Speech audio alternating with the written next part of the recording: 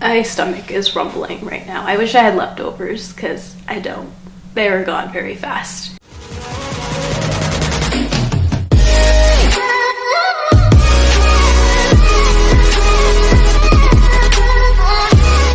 Hi everyone and welcome back to Rar. It's Aisha. I have an exciting video for you guys today. Today we're gonna be making Olive Garden recipes. So the two that I have picked out are the Zuppa Toscana, which I feel like is a very popular soup. It was my favorite for the longest time. I used to make this even before I went vegan, a non-vegan version. But I'm also gonna be making a bomb-ass Alfredo sauce. This sauce is so good, you guys. I've made it like 4 times since I discovered this recipe, and I kept tweaking it and making improvements, and it's so delicious. Super excited to share that with you, but also look at my little apron, you guys. I'm so official. So I feel all official today, you guys. I got my apron on. I'm making some good ass Olive Garden, so it's gonna be a good day. But before we start making the recipes, I did want to talk a little bit about the options for vegans at Olive Garden. They have a decent amount compared to other chains. You can get pasta with vegetables and marinara. Their minestrone is vegan, which is super good, and their breadsticks are vegan. So thank you, vegan god. Who would be vegan god? Was Gandhi vegan? I think that's good. That is also a reason why I'm not going to be making the breadsticks in this video, because I want to encourage you guys to go to the restaurant and actually purchase them, because they're making an ethical decision. They're making them vegan. With that said, let's go ahead and get into our recipes. So we're going to start with the Zuppa Toscana. And we're going to start that off with 3 cups of broth. I just used 3 cups of water with some bouillon powder. It was just a veggie one, nothing special. And I just waited for that to come to a boil, and then I went ahead and added 2 potatoes. These are yellow potatoes, I believe. Cut up 2 of those there, and I kept the skin on because you're not gonna be able to tell once the soup is cooked. And also yellow potatoes tend to have thinner skin. I also added a whole head of kale, and I let that kind of sweat down before I could do other things, so I just put the top on so it would shrink a little bit more. And this is what it looked like after I let it sit.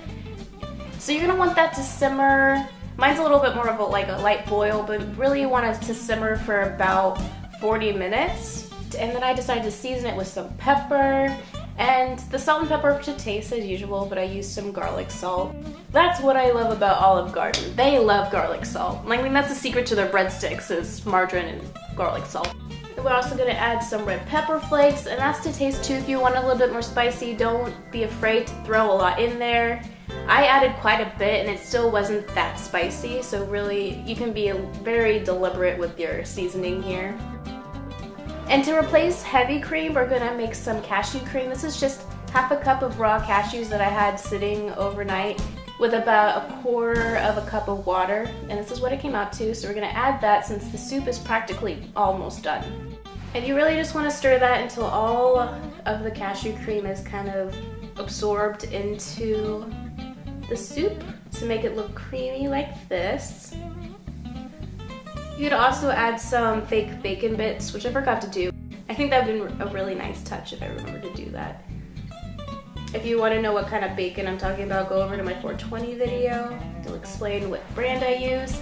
And I just warmed up one of the sausages I had left over from the Irish sausage video I made. If you want to check that out, I have the link up above. And I'm just going to stir that in. You're going to want to cook the sausage before you put it in, so I did saute for about 8 minutes or so. And let's get started on our Alfredo sauce where we're having the soup kind of come together.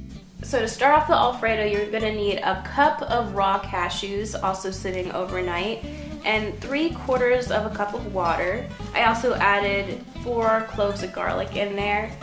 I also added half an onion, kind of chopped up. It wasn't diced by any means, just small enough so the blender could blend it more easily. Easy or easily?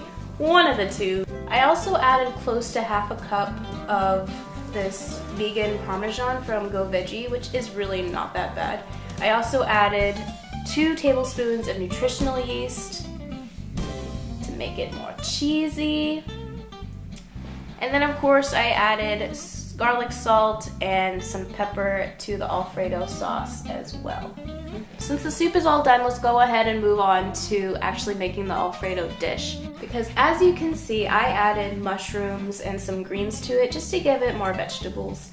So we're gonna have these go ahead and simmer just to soften them up. I have a little bit of water at the bottom of the pan just so they can kind of release their water a little easier and not stick to the pan.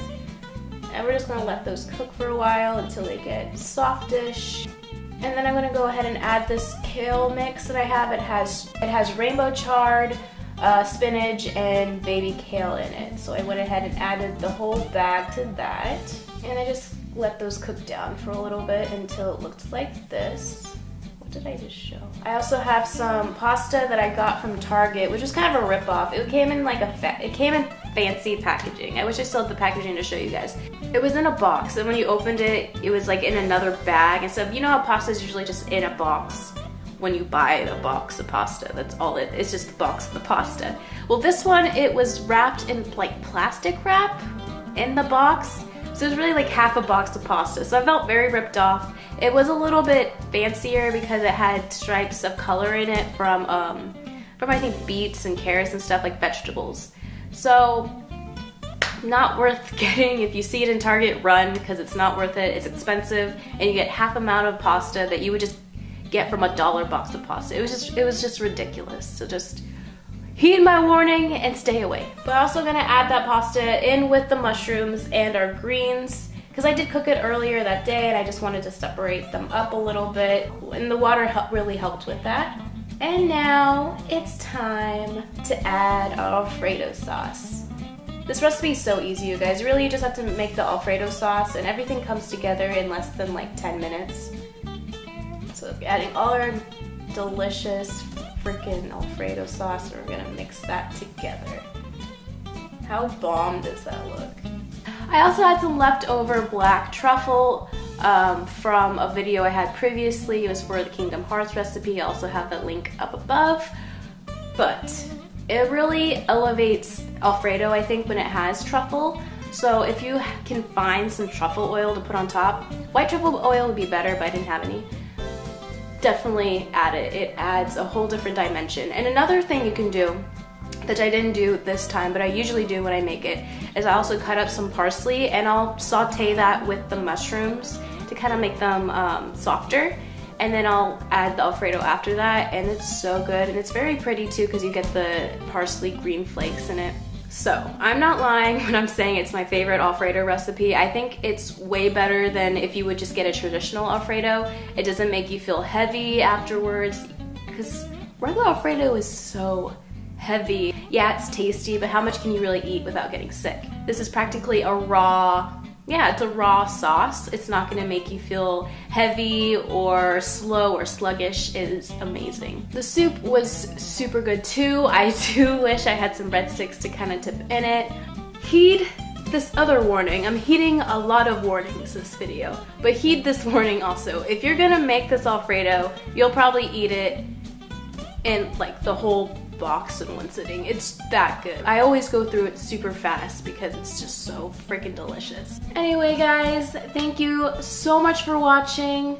If you try any of the recipes, don't forget to tag me on Instagram. My handle is rawitsaisha, same as this channel. And don't forget to like, subscribe, and hit that little notification bell. And I'll see you guys next time. Bye!